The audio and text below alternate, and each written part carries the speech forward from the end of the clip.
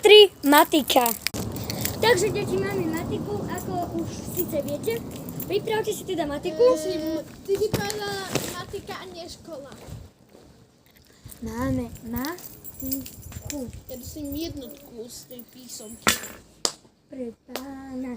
100-krát mi to padne za deň. Áno, no takže mi dajte domácu, mali si domácu aj z tej matiky. Prepáčte, ja to nemôžem. Ďakujem. Takto.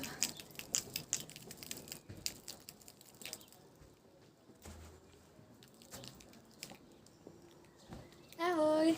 Dobrý deň. Dobre. Páči sa bez chyby jednotka bez chyby. Prvýkrát z matiky máš jednotku za tento pol rok. V domácej. Akože ty si jednotky dostával, ale i z domácej nie. Takže dneska si dáme tiež previerku, pretože musíme tento týždeň napísať aj z vlasti vedy, z matiky. Kam ideš? Chcem si jednotku. Je dobre, zober si to pero a už si sadni. No, takže napíšeme tú previerku, aby sme to mali už za sebou, takže páči sa. Máte na to pol hodiny. Ja si zoberiem pero, aj že má napísať. To už tak rýchlo? Super.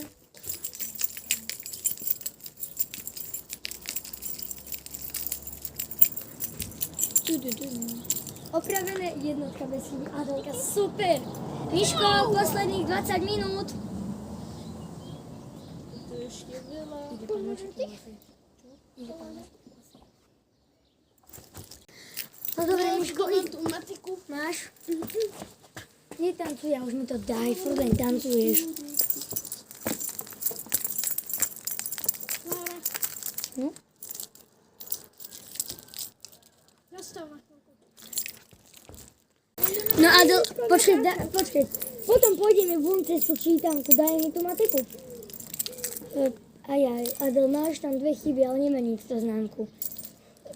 Dobre, páči sa.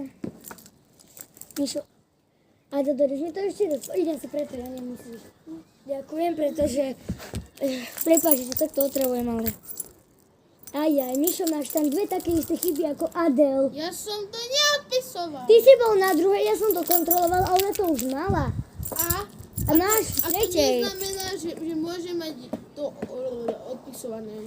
Dobre, máte prestávku a cez čítanie ideme von.